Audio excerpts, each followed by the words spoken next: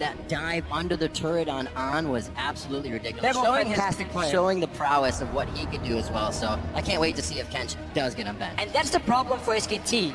Because again, you normally look at Gangplank, Mordekaiser, and Elise as like the 3 bans. Who banned it? Yeah, I'm very surprised. I would have first picked this. Even given a Rek'Sai and just take Elise in again. For Hojin, he had a fine performance on this in the early game.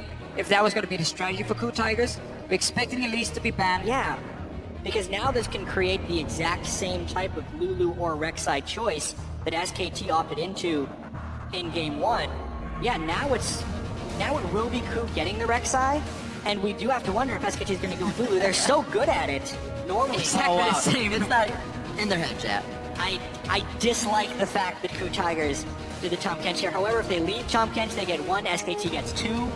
At this point, when you're trading these bans, it can get a little bit dicey. That's why, I mean, if I was KOO Tigers, I would have banned the Lulu as my last ban instead. And then looked at SKT and said, okay, if you want to ban Elise, we take Chomp Kench, you get Rek'Sai, that's an okay trade. Obviously, it meant SKT could possibly leave both junglers open. It was like Chomp Kench for Elise. Which I think is fine. Which I still think you could have done if you are the KOO Tigers, or at least you get the Elise pick then for Hojin, his best early game jungler. So, a little bit surprised about it from the KOO Tigers. SKT will now be able to do the same kind of comp. Protect the AD carry if they want to. You're looking at an undefeated Elise on both sides. 6 plays in for Bengi, 5 in for Hojin. So nobody wants to leave that up on either side and get the spider in the game. Fiora will be picked up by Smeb in the top lane. We usually see Marin taking that out of the rift, but Earl has had a few chances as well. Yeah, well, especially after he played it all 4 games against KT, continued to have good performances with it against Fnatic. It was a little bit strange that it wasn't picked nor banned in the first game. So KOO Tigers kind of going back to that Fiora well, hoping Smeb can carry the game. I think the reason KOO Tigers didn't want to play the last game, obviously Rumble was picked, they wanted the Riven matchup into it, but also because Shen was in the game on the side of SK Telecom. So it was going to be very difficult to beat that split pusher. Riven can go in and flank a team and kind of burst down one target more, and you have some AoE at least, where the Fiora does not, very single target focused. Now because Alistar goes in as the second support, once Chomp Kench is gone, people go Alistar very often. Right. Shin was available for KOO Tigers, they could run the Fiora, they will have this insane split push now with Smeb and double global for both jungle pick and support pick. KOO Tigers should be able to set up a very good split pushing scenario here for Smeb. KT throwing together a little AoE in their composition with Rumble again for Marin. Bang will pick up Jarvan for Bengi in the jungle. Well, this I think will be extremely interesting.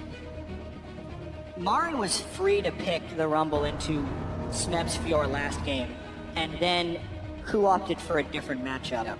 I think Marin is very confident in Rumble against Fiora. We've been waiting for people to kind of find the right Fiora counter pick. Was it Darius? Well, no, that kind of fell apart. It was Renekton in some games unless you built in an extremely proper way and had your whole team helping you. Now I think we're going to get to see the best kind of anti-Fiora matchup possible. We thought maybe it would be Lissandra. We were hoping at least. 6 picks, but maybe it's going to be the Rumble. We're going to have to see how this matchup plays out. At least Rumble can be very difficult to dive in the early game. Often what happens if you're losing the lane, you get pushed into a tower, jungler shows up. Rumble ulti and his tankiness makes it difficult, at least, to kill him. What are we looking at here? Support Shen, top Fiora, AD carry Shen. Carry Kennen. Oh, sorry, AD carry Kennen. AD carry Shen. You had the ninja. AD carry Kennen. No, I love this. This is pretty much comfort zone for everyone on KOO, except you could say Prey because he hasn't competitively played Kennen AD carry. But specifically, when they were preparing for Fnatic, he prepared this as a pick to go against Reckless, who was playing so much AD Kennen in case they'd have to take it away. Yeah. So he's very practiced on this AD Kennen at this point. And Kennen is very good into a lot of these hyper carries because first of all he has a fine laning base against them. Once he gets a Cutlass and the Blade of the Ruined King, he's very strong 1 vs 1. So this AD carry cannot sit on his own in the side lane and risk taking a duel with the Kennen. They can try and farm out. That's why Tristan also comes in here for banging to one of the safe AD carries and sitting and farming up in the side lane. But really KOO Tigers are building for a 1-3-1 setup. Insane split push coming from Smeb with Rek'Sai and Shin joining him. Wave clear in the mid lane from the Victor. Very standard KOO Tigers composition from what we've seen here at Worlds. And SKT obviously saying, well, let's go team fight. Hard engage Jarvan, we're gonna take the fights. In this case, I do like the amount of AoE damage and crowd control that KOO can put together, because typically teams that have Lulu in the mid lane do tend to group up in fairly small balls of people, so therefore the AoE from KOO Tigers will be able to hit SKT a little bit harder. It'll be very interesting, though, to see how this mid lane matchup goes, because both guys have opted into Ignite. Yeah, we're gonna fight in this mid lane here. Koro saying, I don't hope so. My teleport didn't work last time. I'm gonna try now and duel this Lulu. If I can push in Faker, suddenly he can be the guy roaming and assisting the lanes like Faker did in the last game. Been a quiet mid lane for this Worlds tournament. Usually you hear the top laners are on an island, but the mid laners have been very soft in their back and forth. It's a few times for Faker, a few other solos throughout the tournament, but more than not, like we said, Faker, not really a playmaker this time. It's more about the rest of the team. We'll see if that turns tides here with Ignite in the mid lane. Keep updating your Twitter votes throughout this series. Send that hashtag KOO win or hashtag SKT win to @LOL Esports, and we can see how you are calling this as we get on to the Rift. Game 2 of this best of 5 here in Berlin at the World Championship Finals. SKT 2 games away, 2 wins away, I should say, from the Summer's Cup Austria. Once again, will be the only team to have those 2 wins in Worlds. There were no huge surprises in Game 1, aside from the fact that SKT played around Cassidy incredibly well. Tigers wasn't really able to do anything with the minor advantages they had gained in the early game. Because remember, first game, SKT played a very defensive early game strategy, did not get any deep wards, and were vulnerable to a little bit of a KOO Tigers counter invade later into the game, where they outnumbered the number of jungle camps that SKT could take and gain a very early experience advantage. KOO does need to jump on SKT early because they're able to do it in game 1. And Origin last week was supposed to be the guys who could maybe create an upset, take a game against SK Telecom. They did really well in game 1. KOO Tigers had a good early game at least, but then we saw it fall apart. I wonder when you face a team like SK Telecom and you're mentally trying to be so ready and say, this is where I'm going to play the best game of my life. I'm going to take down SKT, I'm going to take down Faker, take the trophy, run away with it. He's not going to get his hands on it. And then you lose that first game. It is so hard to then rebound into game 2 because like you just had everything invested into one game. It didn't work for you. Origin, I feel like, had the same problem. We're gonna have to see if the KOO Tigers can show up in game 2. That's the thing about SKT is you can take them down in every facet, but if you haven't chipped away at their mentality, they are still very much so in the game. Yeah, and we've been talking a lot about like what will it take for SKT to lose a game, because SKT is so fluid and reactive. Yep. And we got to talking and we're saying like, oh, SKT, they just do things by the book. But then the question is like, what book?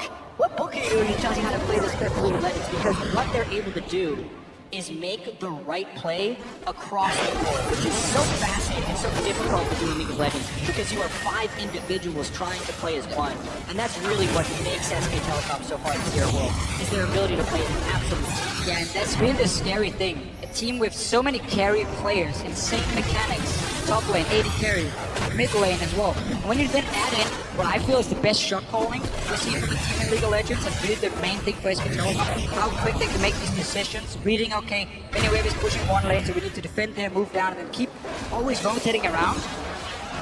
Right, and Wolf successfully pushes the ball to Rima, which is, again, kind of a smart play, and do they see a big opportunity? Because normally KOO should funnel to Raptor, now Marin's there. Marin charging the flame spinner, he came in with his gauge over half. Oh! Level 1 turret die! Bengi definitely messed that up! Can they get set? Marin's gonna go down to your team! SKT go way too hard in the early game! This is what they call the caster curse. You talk about it. Play by the book, Jan. Play it by the book, capitalize on opponent missteps, never overstep your bounds. I was just going to say SKT has been the perfect low-risk, medium-reward team, but by double flashing into the turret at 2.5 minutes, that was a high-risk, low to medium-reward play. SKT completely out of character, and KOO Tigers get 2 kills in the early game. They were in such a good position. Just push these guys out of the jungle, force them to recall. You're now way ahead in the lane swap. Go up, take your tower. Marin now snowballs because he's got the support from the others. This is exactly what we didn't see last game. These turrets were being pushed by only members of the opposition team. Now SKT tries to defend that turret, and it cost them their life. 2 lives to go down now. Bengi just came back from being dead. It's going to be a real long walk to get back into his jungle. Great turret aggro trading, and that's Gorilla coming in for the final kill. One last shot, he's still alive. It's a third shot that will take him down. He gets caught up in his own minions. Even so, things have gone from bad to worse, and that is the collateral damage or just the extended loss of what SKT did in the jungle of KOO Tigers. They completely fell apart for about a minute and a half. Let's see if they can recover. If KOO Tigers didn't feel confident going into game 2, they do now. 4 kills, 4 minutes in, and Such a greedy play just from SKT, sending Marin down with no flash to sit in this bottom lane. Yeah. Bengi didn't go anywhere on the map. Either he had to go top and dive Smep like we saw Hojin do right here, or he had to just try and farm it up, but that would mean his top laner could die. Going out to defend him this late would never really do anything. And KOO Tiger's just a step ahead of SKT, punish him in this lane so completely. Smep is level 3, 16 CS, he's gonna be more than fine now. Yeah, and maybe if SKT could have had both Bengi and Marin under the turret at the same time, Yes. but even that's a little bit dangerous because they're both down flashes from the earlier play. Really, just a series of errors by SKT that were capitalized on by KOO by doing that turret dive. Now the question will be, where does KOO go from here? Because they haven't been able to push their advantages extremely well, except in the group stages actually, when they're able to do it against CLG repetitive. Well, already an uncharacteristic game for KOO here. Usually we say Hojin sits back, waits for the counter. They were so proactive in those engages. I don't think they're going to be stopping anytime soon, but definitely need to focus at Hojin giving the kills to his lanes now. He's 202, doesn't need too much more as an early game jungler. We'll see if he can help the other members get going on the team. Gorilla heading back down towards the bottom lane. They're looking to make some plays, trade that damage. They know these little upper hands in the lane are really going to go far throughout the game. Wolf level 2, his flash is still down. He's going to be forced to do some triumphant roars if he's even lovable here. KOO Tigers keep playing around.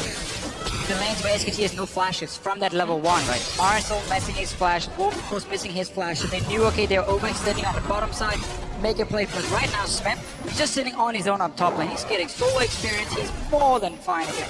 And this would actually be the book that you play by if you're KOO Tigers. You see a small hole in the opponent armor, you hit it again and again and again until those flashes are up again. They're completely happy with Smep farming, and they know if they continue to hit SKT's weak spot, SKT will continue to send defenses down there, which means they won't be stopping Smep on the other side either. So things going very well for KOO Tigers. Assistance ping called in by Hojin here. Looks like they want to make a move in towards the jungle. Wolf Spirit did moves, but Faker, I don't think caught that. He'll still be safe to get out of this. But this is the first action we've seen towards mid lane. Faker and Kuro are probably like, what is going on around us right now?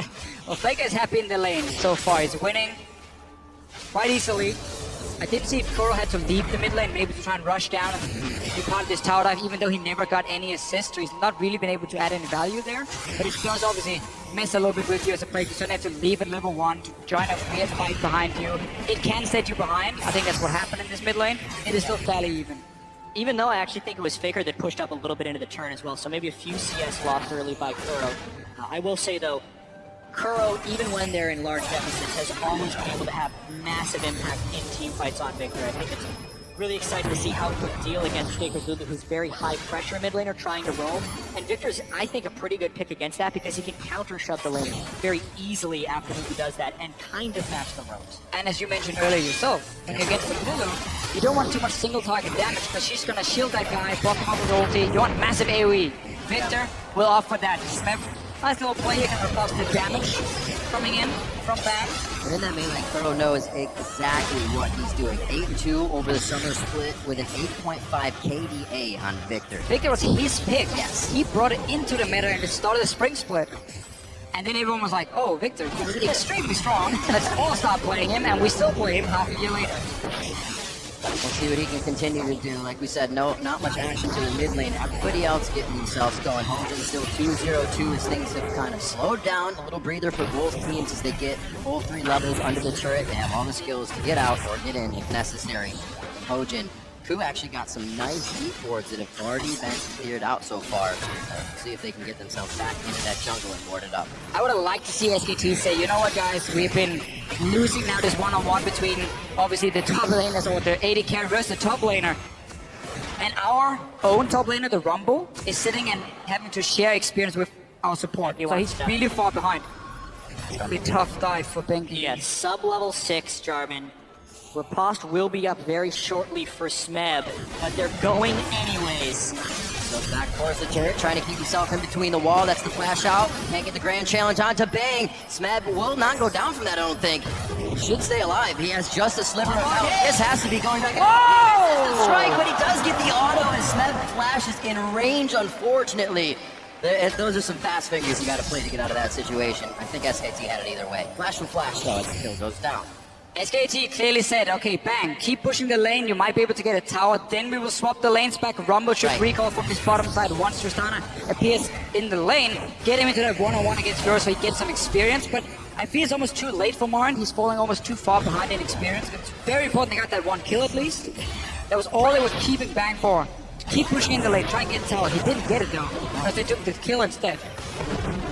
Smeth's been doing a very nice job on Bang, getting that damage down, pushing him off the waves, not allowing it to always be at the turret. Definitely saved his life for a little bit longer than necessary there. We'll see him go down below his flash, but he is coming back with a Tiamat, so that's only going to get easier for him to farm that lane out and get somewhere else for his team when necessary. Absolutely, and Smeb with the 2 deaths as well. It's actually not too out of character for what he has been doing so far at Worlds. He actually has given up more first bloods than any other player at Worlds.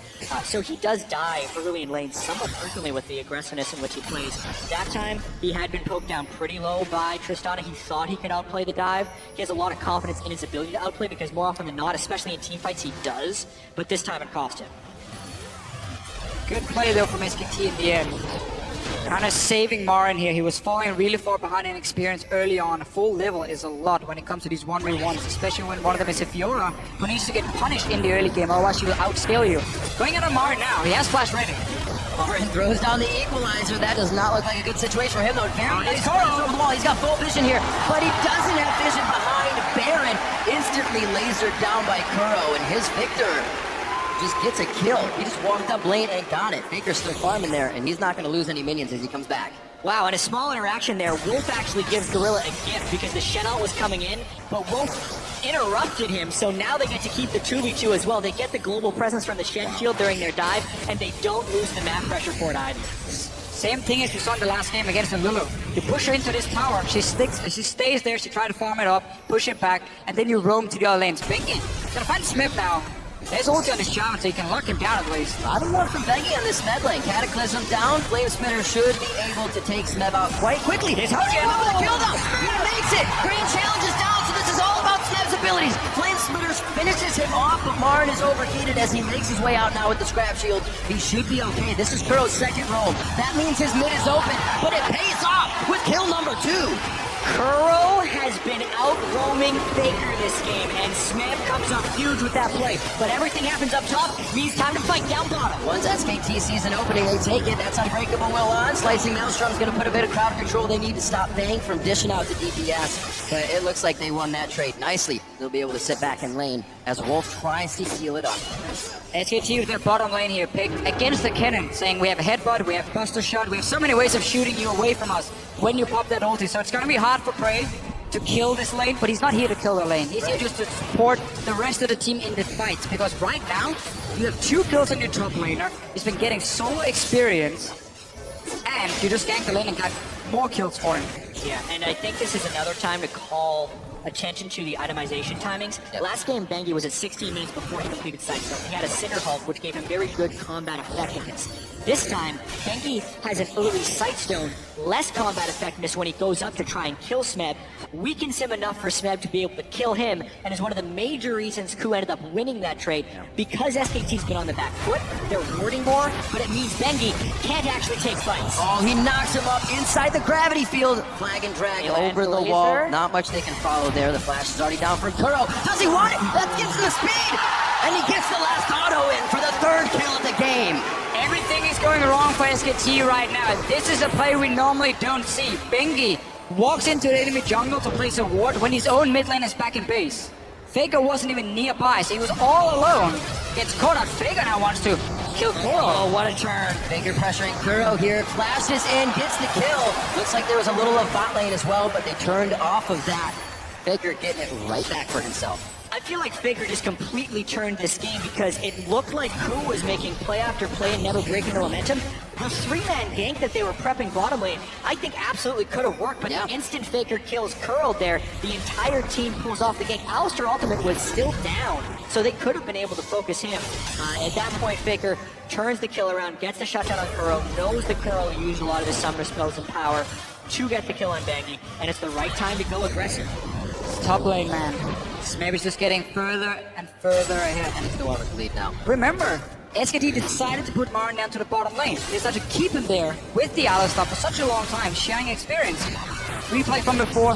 This is where it goes, away from their by-the-book plays, because these are the kind of outplays a team like SKT can make. This is the choose-your-own-adventure. Right. When everything looks terrible, they're making some mistakes, they get one of these solo plays. Top lane might still dive though. I think they saw a little bit too much behind Marin to really keep wanting that. Hojin in a bad spot, and it looks like the team is going to leave him out to dry. That is not going to be good. KOO had that lead. It is being squeezed smaller and smaller by SKT's moves. Bang and Wolf were there when KOO did not expect them to be there. So that was just catching them off guard and in a bad timing right here. KOO able to get the blue, which is actually pretty clutch, and this could end up being a trade of turns. Should do. This tower is so low on the top side, we know Prey can't join. Same for Faker though, he's also on the bottom lane. KOO has moved to defend, so they're actually trying to save this turret as best as possible. They pushed SKT off of it. Teleport's going to be up for Marin, but his ultimate is following that's slowly on that one. Hojin onto Bang. Bang jumps nicely over the wall, makes it to safety. Wolf's going to headbutt himself a little bit further towards the turret. Looks like they could be safe here. That teleport's there for Marin, but he's going to stay. The team calls safe. No problems from KOO here, as KOO again attempt to get themselves even farther ahead. Yeah, well, they definitely repelled the pressure that was on their turret. Then they let it die to minions because they were too aggressive there. So really unfortunate move there for KOO. But I really love the way Bang counterplayed that gank. He doesn't want to try and rocket jump over the Rek'Sai because the Rek'Sai will unburrow and interrupt the jump. So he was very patient with the way he used that to jump around. Marin takes a short cut, but it's not a good one. Oh, Hojin over the wall. It's not even going to be necessary. He does get the assist, though, in the end. And that is going to be KOO. 4-1-0 now. Another really sloppy mistake here from SKT. KOO Tigers were just fighting on the top side of the map. They walk into your jungle, and you didn't just walk straight through the mid lane. And not really sure how Marin got caught out of position in the first place by moving up there. Ends up dying. KOO's 4 kills now on this Victor. It's going to be so keen to late game fight. And this is the worst I've seen Marin play. Early game, he flashes under the turret to try and get like a refund kill when it's definitely going to be his death. And then again here in the mid lane with the 5th. Slicing Maelstrom, they are going to call in the TP. Smeb's in. Is that a fight that they can take here? Unbreakable Will is down, so it's definitely an option to go for Wolf. Marin's going to join the fight, and he lays down the red carpet for Smeb to enter, and it looks like Smeb will go down as he hits the front door. Somehow Wolf stays alive. In the end, it's KOO Tigers investing a teleport to try and create a play where, honestly, they just want to have this 1 versus 1 in top lane. They don't need to try and join into these fights. Just let Smeb do his job on his own. Because then SKT has to send up multiple guys to help Marin kill Smeb, and that's when you get your openings. Yeah, I agree, but when you're in a position to take down SK Telecom, what type of decisions will you make? Here, KOO does see a window because SKT burns Lunar Wall and an exhaust onto Prey early on, which means Smeb thinks he's free to go in, but the matching teleport way in the back has Smeb tunnel. He's out of mana by the time he goes in, so he can't dash to proc the last vital. I like the idea of putting the vitals on the Alistar because you're doing percent health true damage every time you proc the vital. Therefore, you can take down Alistar in an Unbreakable Will, but he was not respecting the teleport and absolutely should have disengaged. Yeah, and that was the weird thing. Not respecting the TP, and he was recalling top lane. He was like, okay, back to base, got a lot of gold probably. And then he's like, oh, I have to react now, try and help my AD carry down on the bottom side. Those kind of plays can cost KOO Tigers a lot, because now obviously setting up that split push is going to be more difficult with no flash for Fiora and no teleport for her. Might slow down the game a little bit for SKT, give them more chance to farm again. You still don't have really anything completed for your AD carry. Faker's been doing well in the mid lane, but he's obviously not going to be the main damage dealer on your team. It looks like SKT still wants to make plays. Early distortion mobility for Wolf so he can get the flash pulverizers in to start things off. He does have that wild growth we just saw save his life if Unbreakable Will is down. A lot of options to go in. It's like Wolf and Bengi are going to be Bash Brothers here starting off these fights once they get the chance. Yeah, typically though, because of the gold deficit, we have to see a much craftier SKT. They can't just make the brute force outnumber plays that they could last game when they had big advantages. Here they have to be very creative, make KOO overcommit, and play from behind, which is what SKT has been able to do very well in the past, but they are in a much different position than in Game 1. And KOO really wants to have an impact right now, or keep his impact going, because he's obviously had a great start to the game. A real Nomicon advantage to go for your magic penetration boots, so your mid-game damage is very, very high on the Victor. Obviously delays your late-game items a little bit, but he wants to fight at the moment. He wants to be able to one-shot someone from SKT. I think that something that is very strange about this game is that we're 19 minutes in and the first dragon has not been taken. KOO Tigers has had what should be pretty good map control, but they have consistently been prepping turret dives and going for kills instead of securing the objective per se. Even with the global pressure of the Rek'Sai and the Shen, you'd think they would have gone for that already. But if we do see a big fight here, it would be around the Dragon Pit because that's what SKT is trying to try in here with the mid-game Lulu Crest. This is super dangerous to Fichio. This is so risky for SKT. There's 2 items already, and Prey he's joining in as well. If that's a fight, KOO Tigers should be able to win it. Well, Gorilla was coming down like he wanted that fight. Just gonna take mid tower instead. Push mid. Yeah, this is the counterplay right now. SKT may sacrifice mid lane, but if they can trade bottom turret for mid turret and get the dragon, it's a giant win for them right now. They're keeping Bang bottom, and as long as they can defend tier 2, this is a huge win for SKT. Smith wanted to stay top lane and push it out, but again, he had no teleport. It was used in that fight earlier where he ends up dying, so he couldn't join in time and pushing the tower. Because they see the Triss bottom, they wanted to push the inner middle turret right there, but you can really see that with the Lulu and the Rumble there, the charge push just isn't happening. Now KOO is trying to get deeper vision within the SKT jungle, but as you can see, SKT's really contesting almost everything. This is where they're hoping KOO makes a mistake. A lot of damage onto Smeb, but very nice parry on the flagon track. And I don't know if they're going to be able to get the damage they want. Gorilla goes in the middle of the fight with a nice flash. Gorilla goes down. Here comes Kuro. Throws down the Chaos Storm. It's all over Wolf, though. Oh, flash over the wall from Faker. And he glitter lances over the Krugs and gets away so he does not take too much damage. Somehow, every member of SKT is alive, but KOO is still on the chase. Marin dodging out the damage of the laser means there's not much follow-up to be had. And this whole time, Bang is pushing the bottom tier turret. This is SKT winning all across the map. The SKT saw KOO Tigers split up and said, let's put down the Rumble ulti, let's try to lock down Fiora in the Rumble ulti. No flash for Smep to get out of it. That's how SKT starts the fight. And Prey, he left the bottom side to run all the way to top lane, try and join, didn't manage to, ends up losing another tower. This is the craftiness that we were talking about with SKT, and one of the most underrated parts of Rumble Ultimate is the range in which you can use it. Look where Marin is right here when he decides to cut them off with Equalizer. He landed the second half, and he completely cuts off the funnel. So when Becky comes over the top, he does lock them within the Equalizer, not to mention the split up right there. And it's miraculous of SKT to have everyone survive throughout that fight. Fantastic plays all around. They're able to take down Wolf here. This will help them get towards the turrets a little bit more, but you still have Faker, you still have Marin to clear the waves. What play from both teams so far? 10-9, still a slight gold lead by 1,000 in favor of KOO, and it's not something, like we said, SKT has worked with very much. Being down, they're usually team up by at least 2,000 to 3,000. Yeah, and that's why, again, it's so impressive how they can use every single advantage they find. Oh, okay, you just invested all your summoners as a top laner. We know we can engage on you now if there's an opening. We know there's no split pushing pressure because TP's down. So, like, it bought a lot of time for SKT to make some plays as a team, group together as 5, how to rotate the KOO Tigers and then pick the right team fights as well. Really well played, and KOO Tigers are learning, okay, we cannot split up like this. We have to stay together because the engage from the Java and the hard engage option he brings is too high for us to split up because we have so many squishy members. I mean, the only real tank on this team is gonna be Hojin sitting in the front. Shen is not gonna be tanky enough as a support to really stay in the front line. I think it's gonna be a huge bounce though because Smeb needs to be able to split push and they need to be able to disengage some of these team fights. That's the whole reason he's picking the Fiora. But SKT brings some friends. Grand challenge in, cannot get the last hit. Gorilla way too deep here.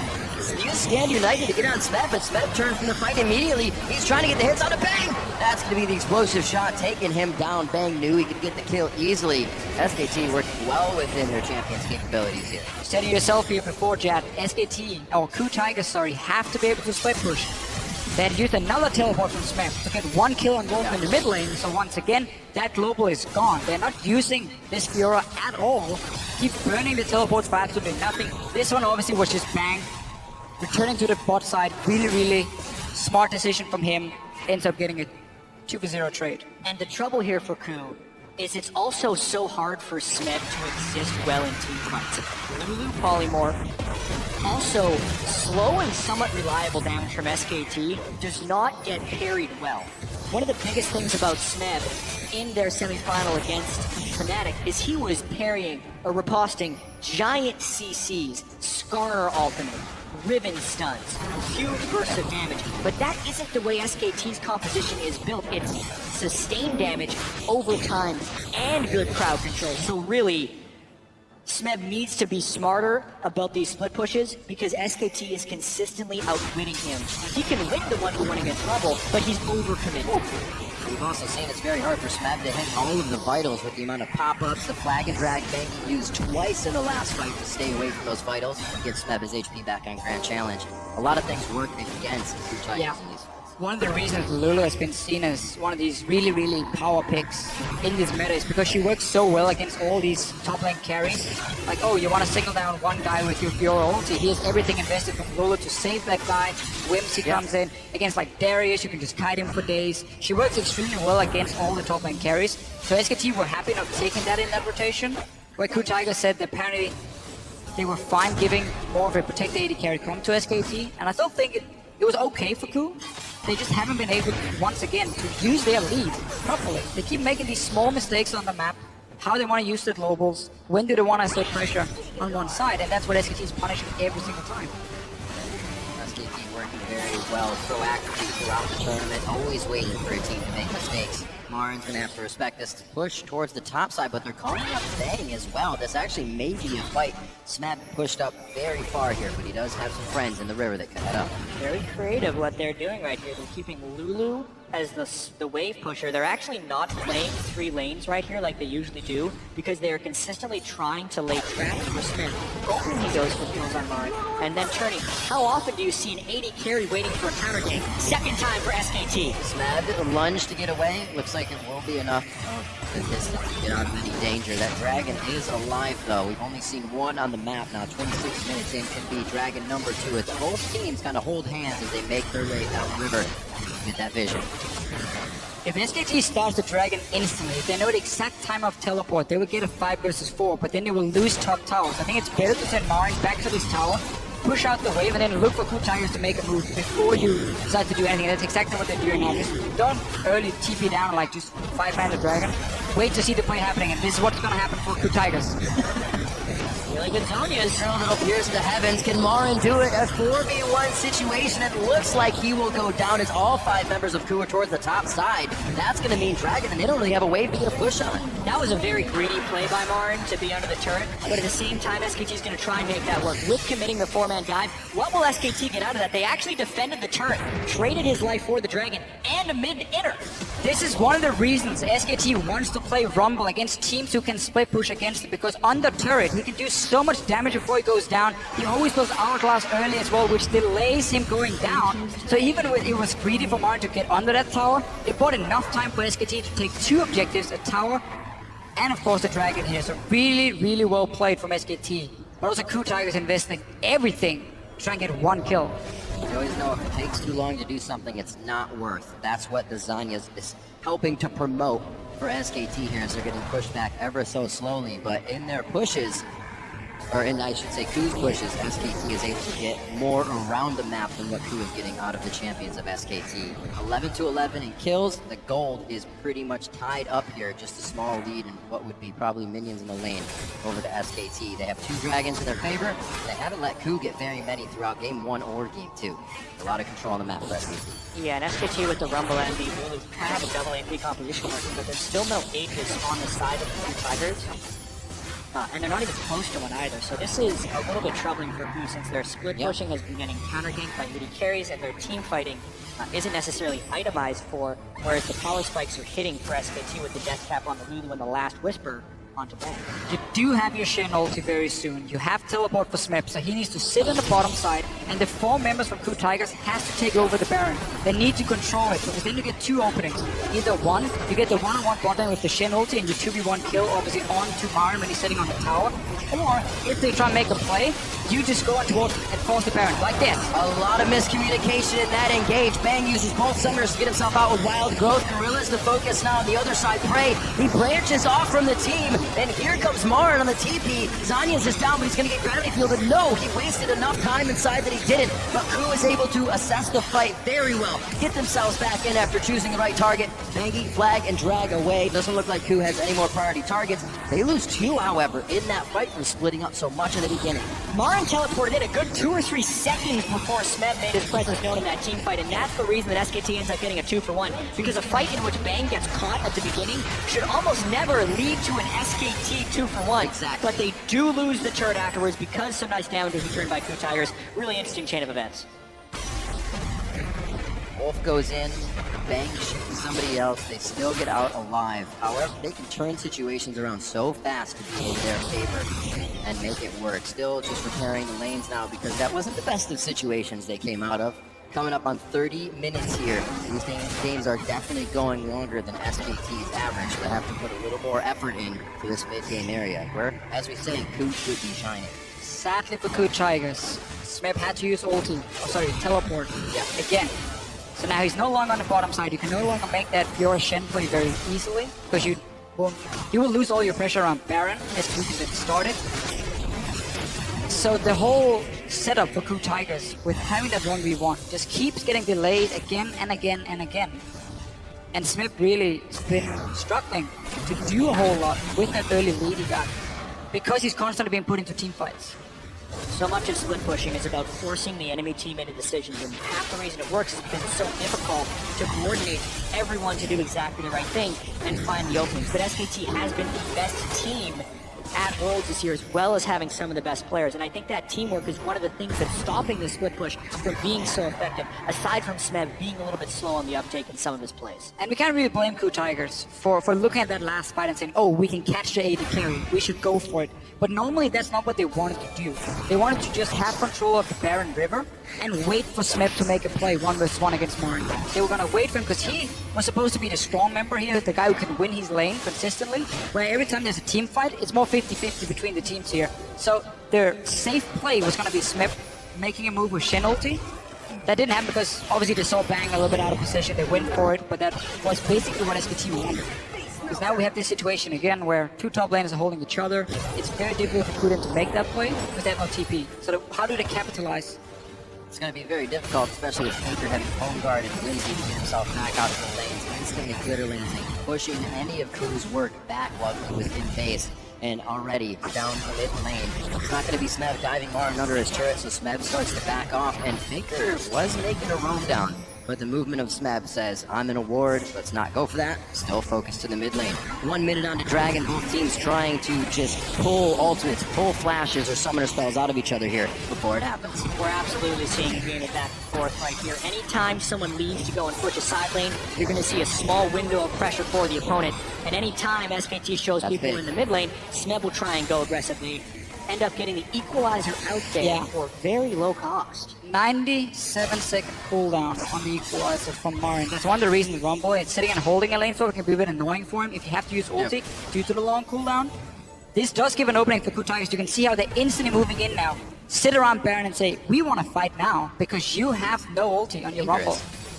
With the distortion enchant for Marin, he has a faster teleport cooldown for Smeb, so even though he used it on the same fight, Marin's teleport's actually up in a couple of seconds right here, and that makes it much less safe for KOO to actually be faking this Baron. Something we saw him focus in game 1. Marin, definitely a huge playmaker on this Rumble. We saw him come from a screen off, engage in one of the bottom fights. KOO's going to start. There's no vision here for SKT. If SKT goes in, it can actually be a 5v4. This is too risky. I don't think KOO knows the teleport's up. Now they do. Marin is going to be coming in. They will not be able to turn and fight this with the damage of Baron in their favor. They just back off completely.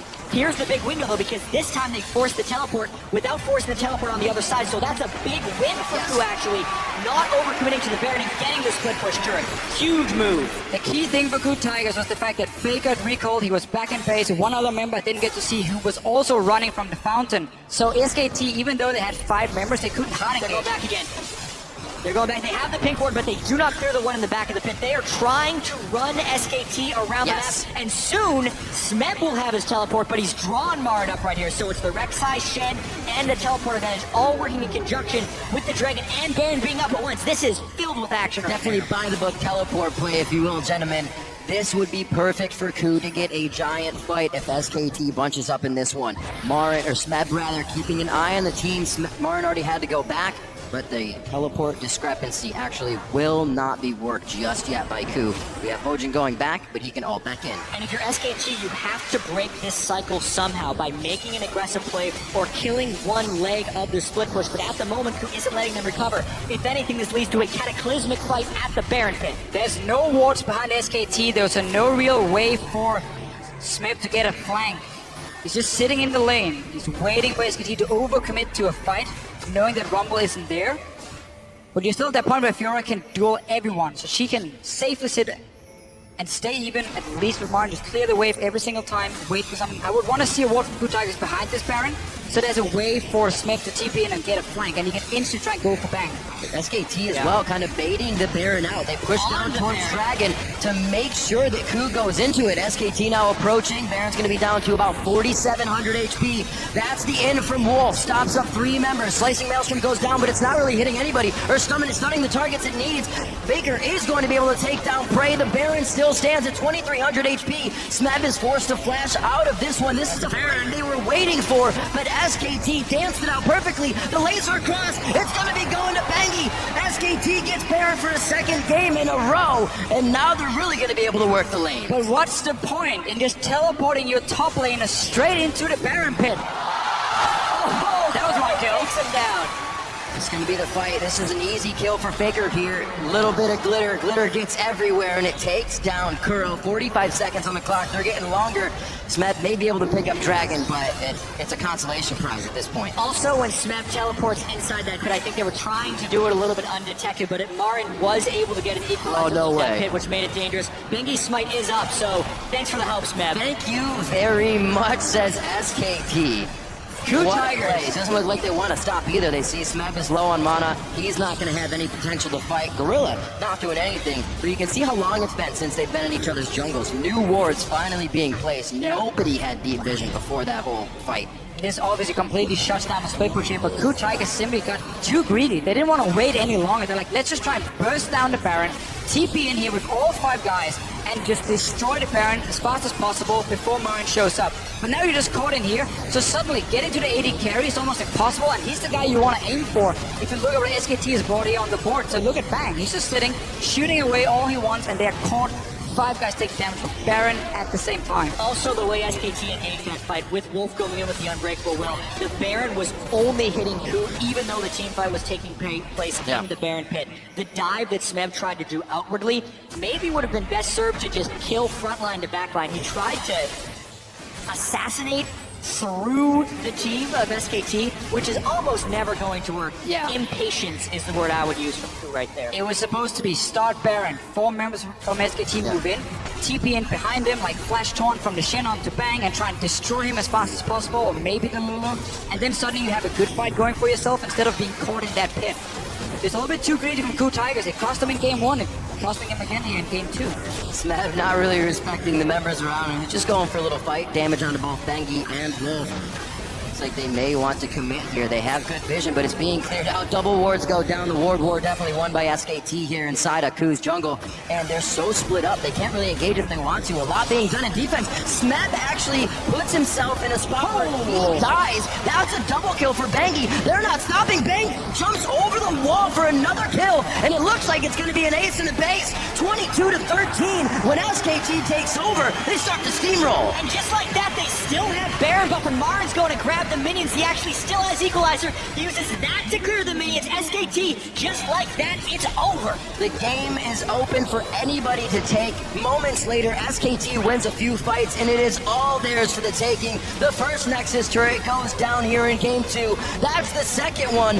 SK Telecom T1 are 1 win away from being your 2-time world champions. Another game for SKT, where they punish you, they take the Baron, and they walk straight down and finish the game. 9 games so far at Worlds. SKT finished with the Baron buff on them. And KOO Tigers has had the whole setup for such a long time. and it gets so scary for KOO Tigers now. This was the game where Marin and Bengi made the big mistake early in the game, and then made another mistake by not changing their playstyle. This breaks you. If there was a game to win or get back into the series, it was this one. And KOO needs to prevent being broken by SKT. We see such a big difference just in shot calling though between the teams. The way KOO Tigers are set up in the early game are like, oh, we're winning 1v1 top lane. Fiora is having a great start, a level above the Rumble. Keep playing around. We have the Shen. We picked it early on because we want to split push. And then they keep joining in for fights with this teleport from Fiora, so she loses all her pressure in the mid game. Late game, they have that